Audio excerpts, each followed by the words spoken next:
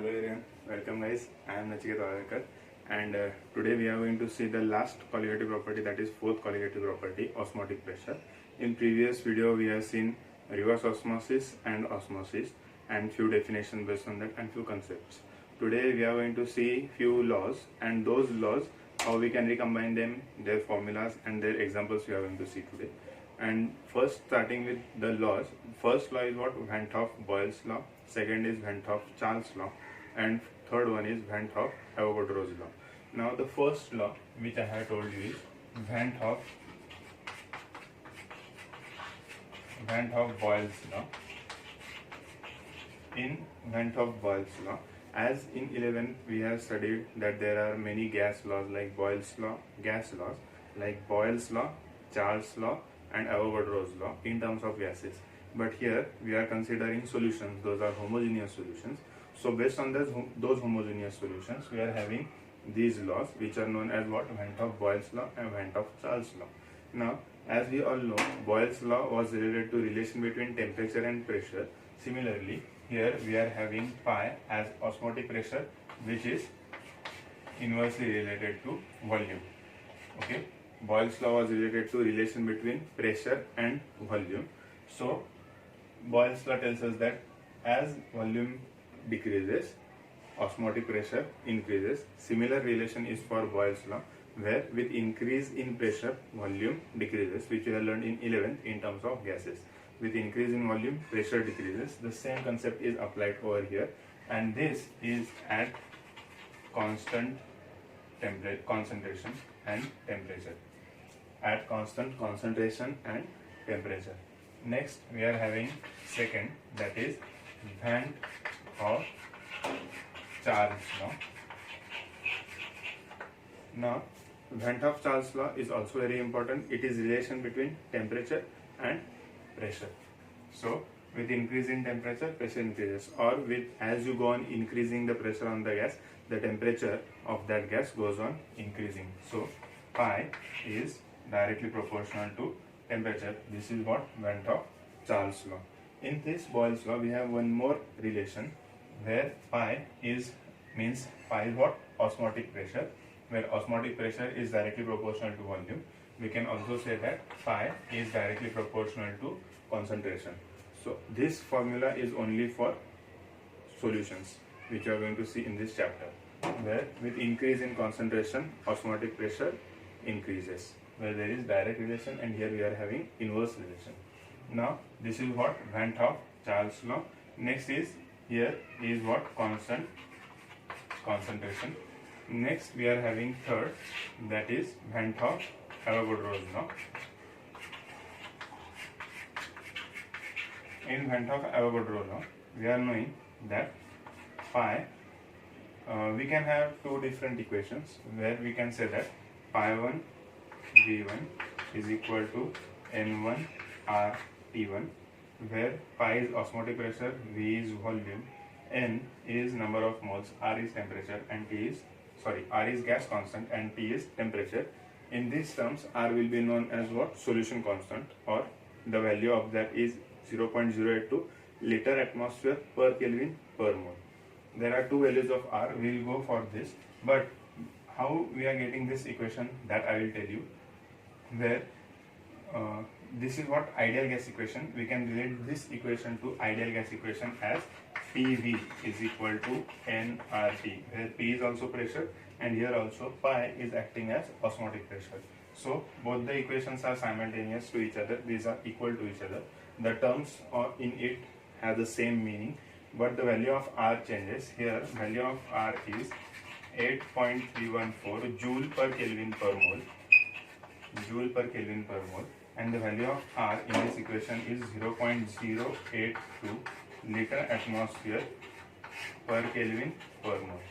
So these are the different values of R which are depending upon the units which are going to use.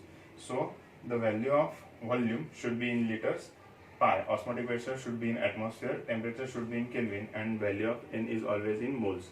Means what? These units tells you the values which you are going to get, or the terms, units which you are going to get for the remaining units. So pi is what? we are knowing is that osmotic pressure, V is volume, R is gas constant, and T is temperature.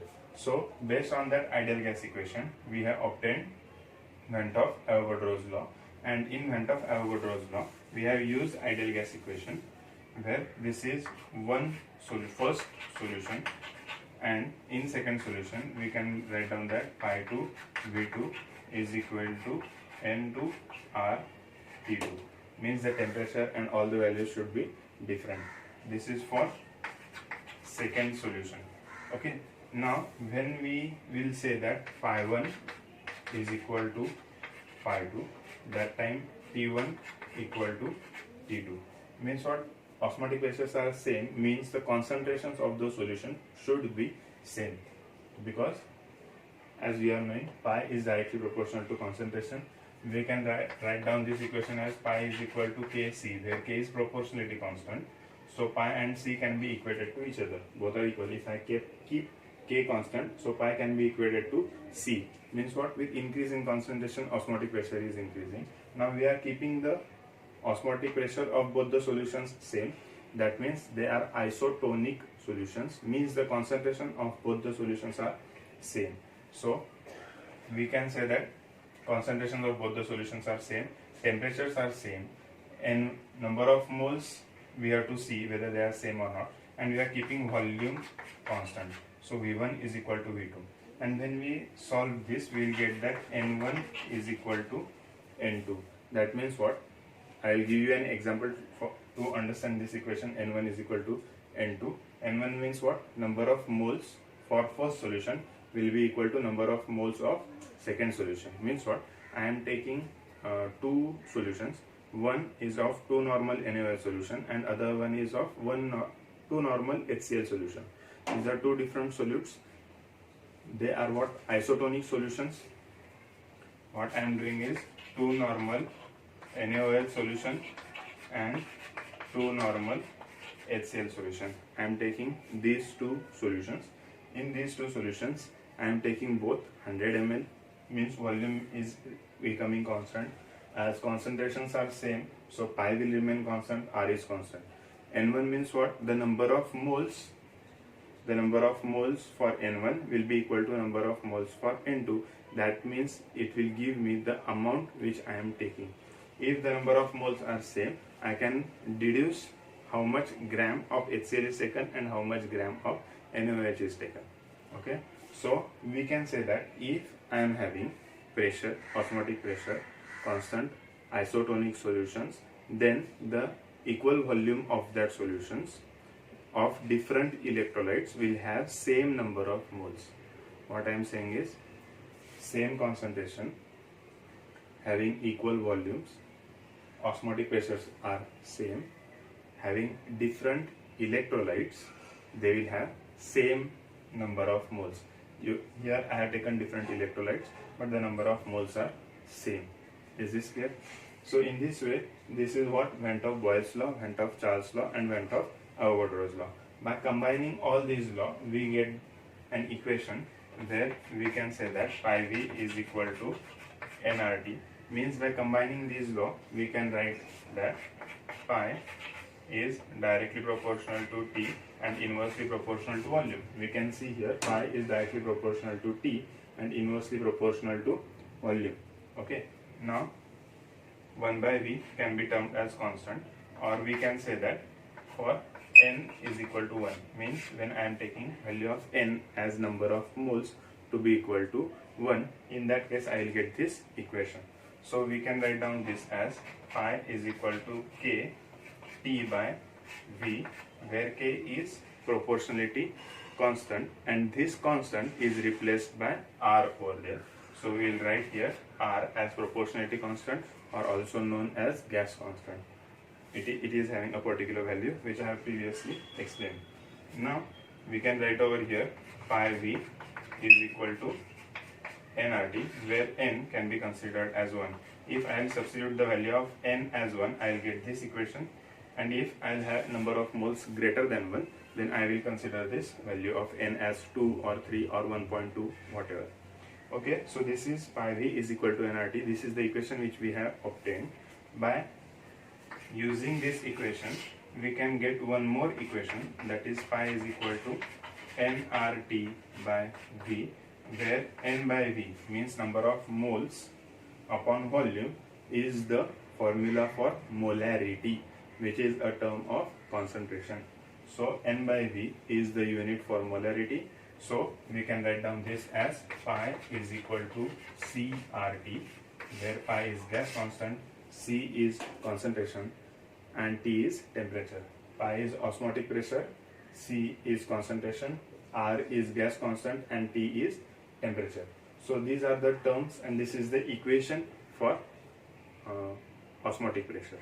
We will solve two examples based on the osmotic pressure, and then we will go for Van 't Hoff factor and degree of dissociation. Okay, so take down example and try to solve. Calculate the osmotic pressure of 4.5 gram of glucose dissolved in 100 ml of water at 298 Kelvin. Okay, I will repeat that example and try to solve that example. Okay, so what is given to us? Osmotic pressure is given. So given is 4.5 gram, that means we are provided with W2, 4.5 gram of glucose. Glucose having molar mass, we can find out that molar mass as C6, H12O6. Carbon has value of 12, and there are 6 carbons, plus 12 into 1 plus 6 into 16. Molar mass of oxygen is 16 and molar mass of carbon is 12. Now when we add this, we get 180 gram per mole as our molar mass. Okay, so I'll directly write 180 over there. How we have got 180, that I have explained. We will write here as 180 directly. 180 gram per mole. This is what M2 given to us. Next, what is given? 100 ml of water. That means we are given volume. That is 100 ml of water. And what else is given? At 298 Kelvin. Temperature is 298 Kelvin. And what they asked us to calculate the osmotic pressure. That means we have to find out the value of pi. So the formula for pi is pi V is equal to nRT. N means number of moles, and number of moles can be given by W2 upon M2. Means N2 is what? W2 upon M2. So we will find out over here N2 is equal to W2 upon M2.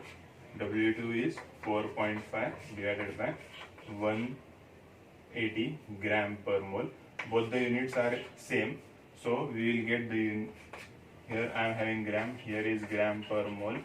Gram will get cancelled, and I will get the unit of mole. So when we get the value of N2, we can solve this by log, and when we get the value of N2, we will substitute that value over here, and we will try to solve the example. Here the value of R is given to us.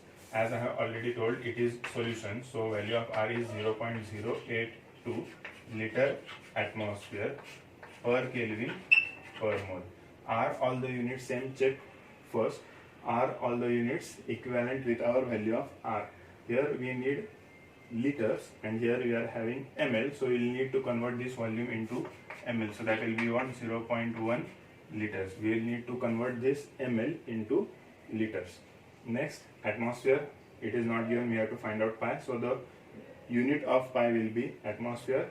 Temperature is in Kelvin, and moles, the unit we have got moles over there. Means all the units are same. We can now substitute the value over there. So the value of N is 0.082, 0.0825 moles. This is the value of N2. Now substituting the value, pi is equal to 0.025 into R, 0.082 into temperature 298 Kelvin divided by volume, that is 0.1. So we can just shift the digits. I can shift one digit over here and shift upper one digit over there. So 0.25 into 0.082 into 298. By solving this, we will get the value of pi and the unit will be in atmosphere. 0.1 is what? Liters. We are knowing the value of R is liter atmosphere per Kelvin per mole. I will solve the value for units over there. 0.025 is what? Mole. Okay, I am here having mole. Here I am having liter atmosphere per Kelvin per mole as the unit for 0.082, and here I am having Kelvin as the unit. So mole, mole, Kelvin, Kelvin gets cancelled, and here I am having unit as liters, 0.1 liters. So liters and liters gets cancelled, and the remaining unit is only what? Atmosphere. So the value of pi should be in atmosphere, and the final answer is 6.116 atmosphere is the answer which we get for this example. Okay, next moving on for further example. Osmotic pressure, write down and try to solve it. Osmotic pressure of a solution containing 6.8 into 10 raised to minus 3 kg of protein per 1 into 10 raised to minus 4 1 into 10 raised to minus 4 meter cube of solution is 3.02 into 10 raised to 3 Pascal, 10 raised to 3 Pascal at 37 degrees Celsius. At 37 degrees Celsius, calculate the molar mass of protein. Calculate the molar mass of protein. Here we are provided with the value of R. Okay, but first try to solve it. Value of R is 8.314 joules per Kelvin per mole, which is given to us in our textbook. With the example, it is provided. So, writing down the given part, what is given? We are provided with the osmotic pressure, that is in meter cube. Pascal, it is in Pascal.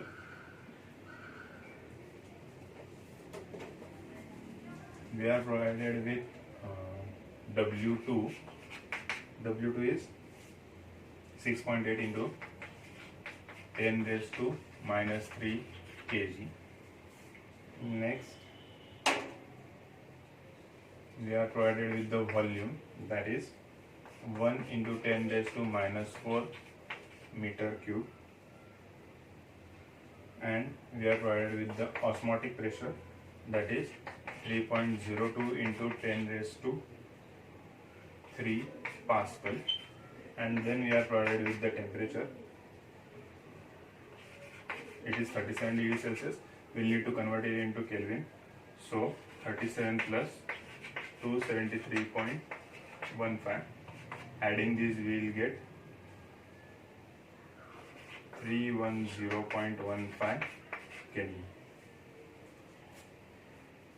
Okay, so these are the values, and next we have to find out what? Calculate the molar mass of protein, where R is already provided, 8.314 joule per Kelvin per mole, and we have to find out M2. So we can directly use the formula as phi V is equal to N RT. There is no need to find out the value of N. We will directly substitute over there the value of N2, that is phi V is equal to W2 upon M2 into RT.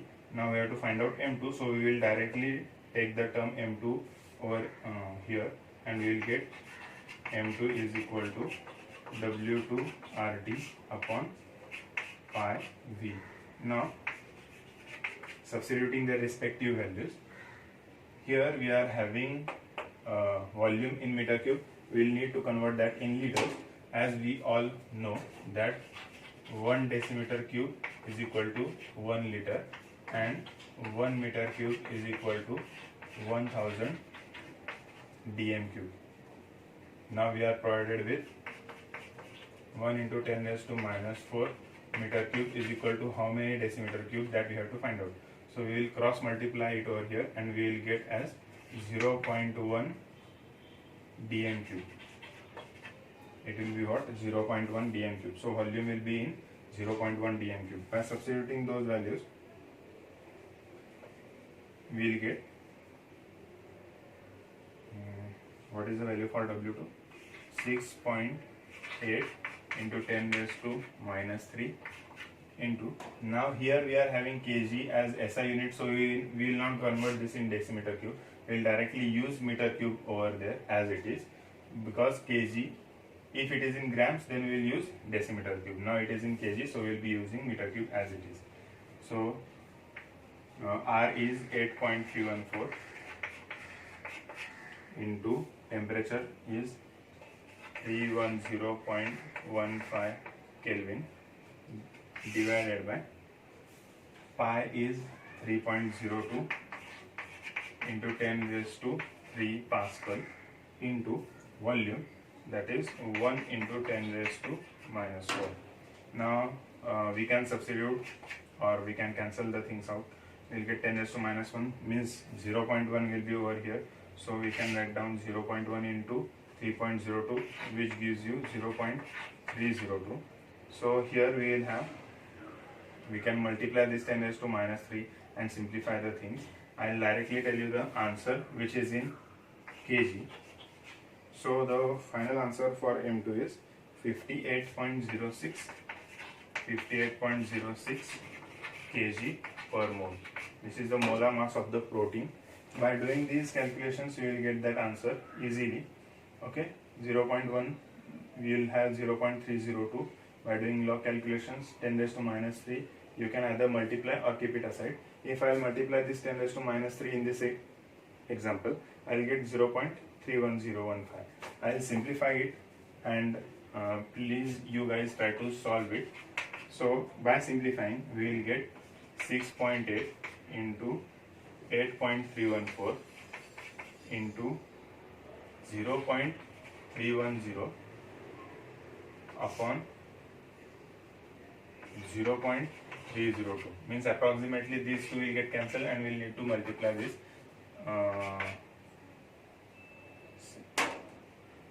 Now if I will round up this as 7, if I will round up 6.8 as 7, I can get approximate value as, I will round up this at 7 and multiply with 8. 7 7 is 49 and 7 8 is 56. So we will approximately will get the value in the range of 56. Means it is close enough with the accurate answer. So in this way you can cross check whether your answer is correct or not. Okay. So this is the way how you can cross check whether your answer is correct. And next we will now go for Van 't Hoff factor and then degree of dissociation. Now Van 't Hoff factor is very important. In this example, we have found out that the molecular mass of an unknown protein which we have used as solute. We have found the molecular mass of an unknown protein, which is very important and which is a brilliant discovery. Okay, but when the practical and theoretical terms were, or practical and theoretical molecular masses were compared, there were deviations observed, and to overcome those deviations, Van 't Hoff factor was introduced. Means what? We have 4 colligative properties. Based on those 4 colligative properties, we can find out the molecular mass. For example, by using delta P upon P10 is equal to N2 upon N1, by using this formula and simplifying it, we get the value of M2 in this equation also. Next, in delta TF, in delta TB, and right now in pi V is equal to nRT. Means in all these 4 colligative properties, we can identify the molar mass of an unknown solute, which is a brilliant discovery in 18th century. These discoveries were done in 18th century. Then as the science improved, the new machineries were introduced, and based on those machineries, it was identified that the molecular mass which was calculated by the theory was deviating from the practical molecular mass. And to understand that, the reason behind this is that when we add NaCl in water, it dissociates into Na plus and Cl minus ions. means when I am adding NaCl in water, I get 2 ions, means there is a probability of doubling the molar mass. Okay, when we will solve the examples, we will understand that the theoretical and observed are deviating from each other. The theoretical colligative property and observed colligative property while we are solving the examples. But I'll tell you what, that when there is dissociation, the molecular mass was observed to be double of theoretical, and when the association of molecules was observed, means what, I'll tell you one example. When we add NaCl in water, Na plus and OH minus ions, NaOH is hygroscopic in nature, means it loves moisture. If you keep NaOH in open atmosphere, that NaOH will absorb moisture from the atmosphere and go into liquid state. Similarly, when I add NaOH in water, that water volume should be like 1000 ml if I am making 1 liter of that solution, but when I am adding 1000 ml of water, the volume turns out to be 985 or 87, in that range. Means there is decrease in the volume. Why? Because there are strong interactive forces between the solute and solvent particles, and there is a possibility of association of those solute particles. So these factors were not considered in these formulas. If you will see, factors of association and dissociation were not considered in this formula. That's why Van 't Hoff factor was introduced, where Van 't Hoff factor tells us that it is represented by I. It tells us that the Van 't Hoff factor is defined as I is equal to observed colligative property of an electrolyte divided by observed colligative property of a non-electrolyte solute. What I am saying is observed colligative property upon theoretical colligative property, means what? Observed colligative property of an electrolyte divided by observed colligative property of a non-electrolyte solution. This is the definition which is given in the textbook, but in simple language it is what? If I am taking pi as my osmotic pressure, then Van 't Hoff factor will be what? Pi observed upon pi theoretical, which will be equal to delta TF observed upon delta TF theoretical. Similarly, all the 4 colligative properties can be equated with each other. Similarly, delta TB observed upon delta TB theoretical, but for molar mass it is different, M2 theoretical upon M2 observed. Theoretical molecular mass of theoretical is at the top. Why? Because these colligative properties are inversely related to volume. Delta TF is equal to Kf into W2 upon M2 into W1. Here you can see that delta TF is inversely related to volume. Similarly, in all the other examples, these colligative properties are inversely related to molar mass. That's why we have M2 theoretical upon M2 observed. So this is what Van 't Hoff factor. A simple definition, 2 marks question can be asked. Define Van 't Hoff factor and write the formula. So writing down that formula and definition will give you 2 marks. Now we are going to see the relation between Van 't Hoff factor and degree of dissociation, where degree of dissociation is represented by alpha. Alpha is what? Degree of dissociation. Degree of dissociation means what? The name itself tells you that degree of dissociation means if I am taking 100 NaCl molecules, 90 molecules are dissociated, means it is having 90% degree of dissociation. If I am taking 100 molecules of acetic acid and only 50% of or 50 molecules are dissociated into ions, separate ions, then it is having 50% degree of dissociation. In this way, degree of dissociation is related to the extent of dissociation of electrolytes, like which are strong electrolyte and weak electrolyte. Strong electrolytes have high degree of dissociation and weak electrolytes have weak degree of dissociation. Similarly, now we are going to find the relation between degree of dissociation and Van 't Hoff factor. So for that we'll need to consider a reaction first. Okay, I'll give you an example. Like over here I am having Na2CO3. This is an electrolyte. This electrolyte dissociates into 2 Na plus and CO3 2 minus. Here we are having 2 moles of Na and 1 mole of CO3 2 minus, and here we are having 1 mole of Na2CO3. Here total moles is what? 2 plus 1, 3 moles, and here we are having 1 mole.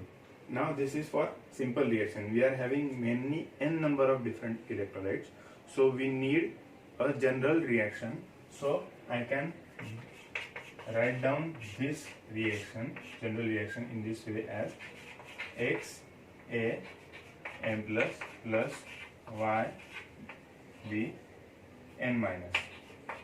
M plus and N minus are the charges which are written over here. X is number of moles which I have written over there. Now initially at time t equal to 0, means before the starting of the reaction, this will have some concentration. Concentration term is represented by small m, and these concentrations will be 0. Means what? I am now trying to add Na2CO3 in water. In the spoon, Na2CO3 will be having this form. That's why that will have maximum concentration. There are no ions. There can be ions present, but very negligible amount. So there are considering no ions present in them. That's why I have written those concentrations of ions as 0.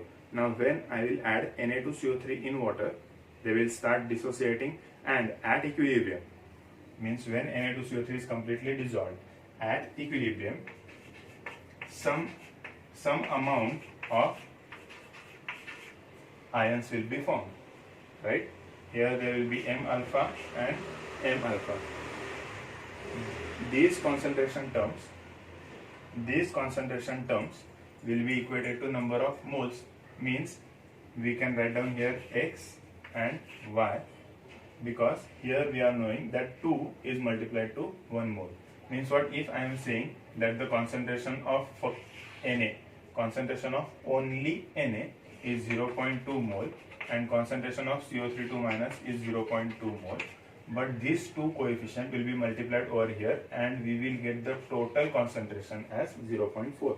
Means what? We are multiplying this coefficient to our concentration. Similarly, we are multiplying these coefficients to our concentration at equilibrium when the Na2CO3 electrolyte is completely dissolved in water. Okay. If M alpha is dissociated, so I will write minus M alpha over there. Okay.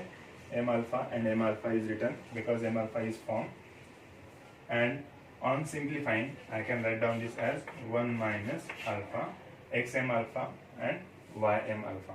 Now to find out the total molar mass, total number of moles. So total number of moles will be what?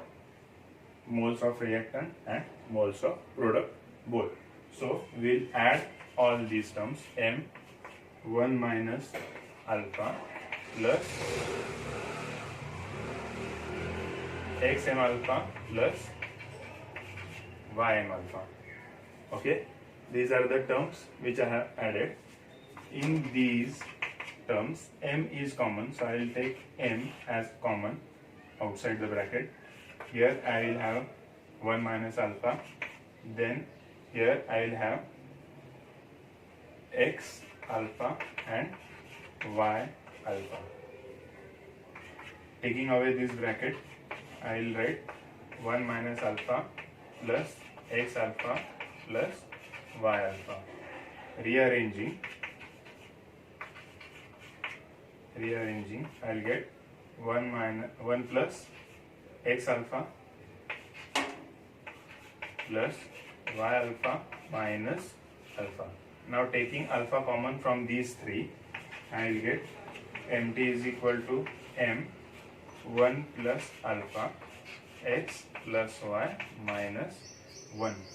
Now x plus y can be represented as number of moles of product formed.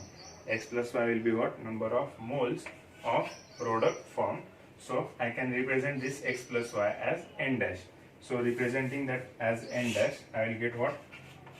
Mt is equal to n into Mt means what? Total number of moles.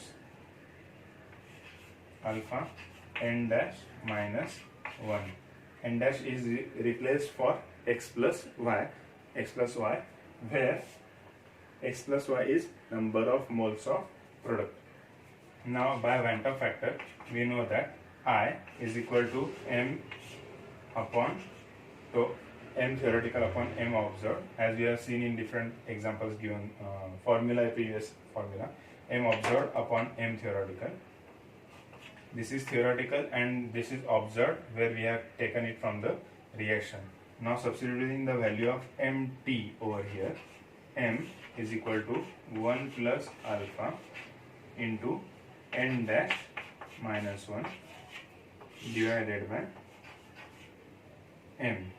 So this m and this m will get cancelled, and we'll get the equation as both the m are equal. So we will get the equation as I is equal to 1 plus alpha into n dash minus 1.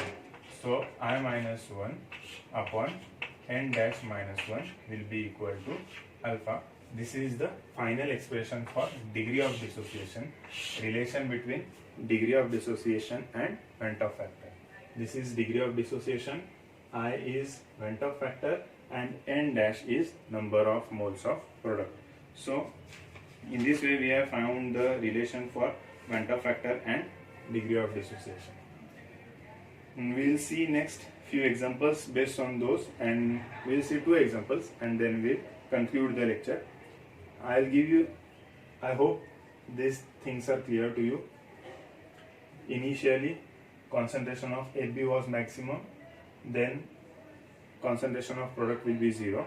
At equilibrium, as the product will be formed, reactant will go on decreasing. If M alpha of reactants are formed, then M alpha will be reduced from the product. That's why I have subtracted M alpha. X is what? Coefficients which we are multiplying to our concentration. Next we have used total molar mass, which I have written over here.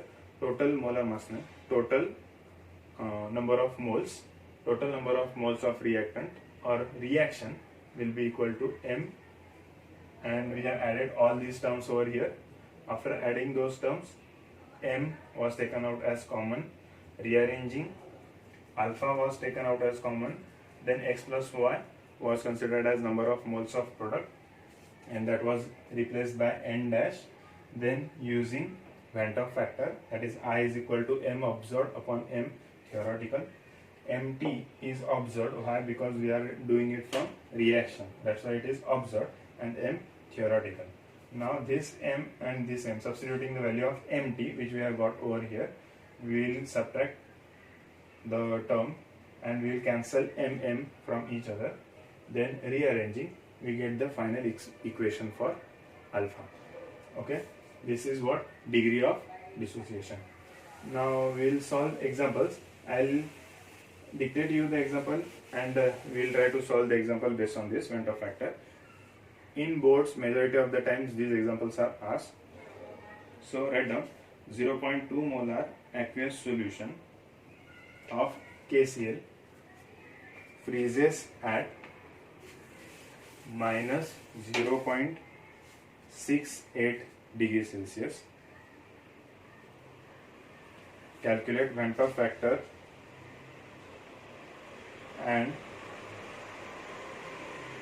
observed osmotic pressure.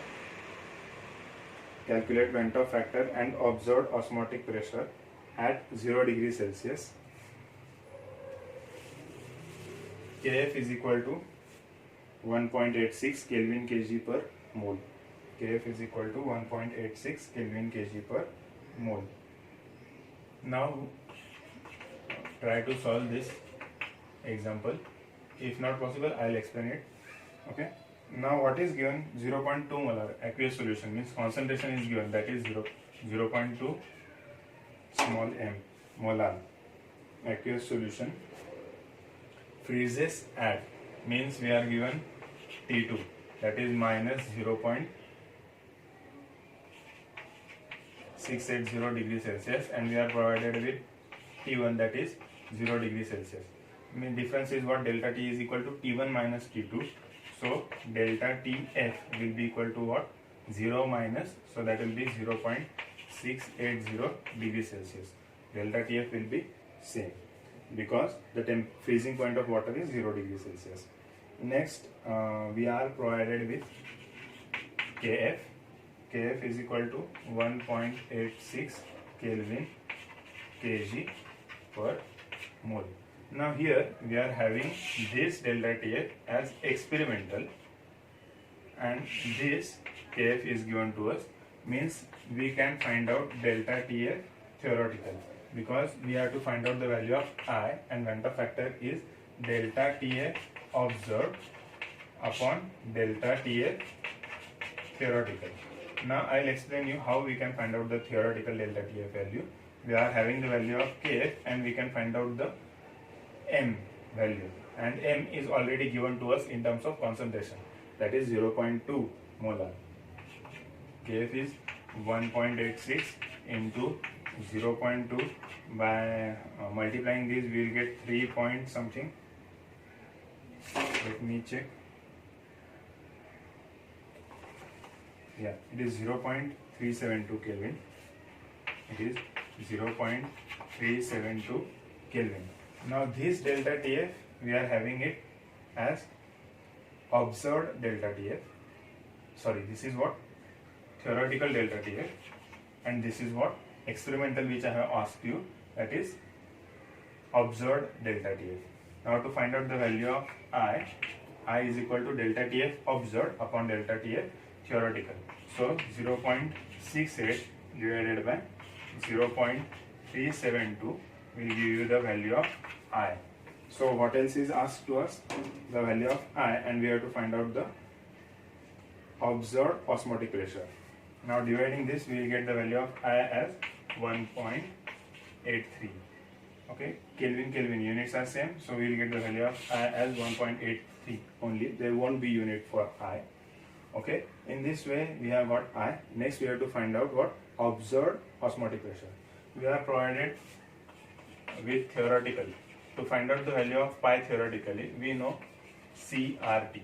Means by using this formula we can find out theoretical osmotic pressure.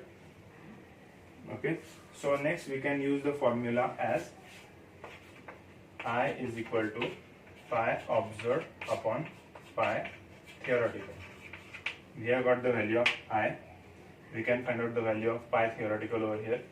By cross multiplying, we will get the observed osmotic pressure.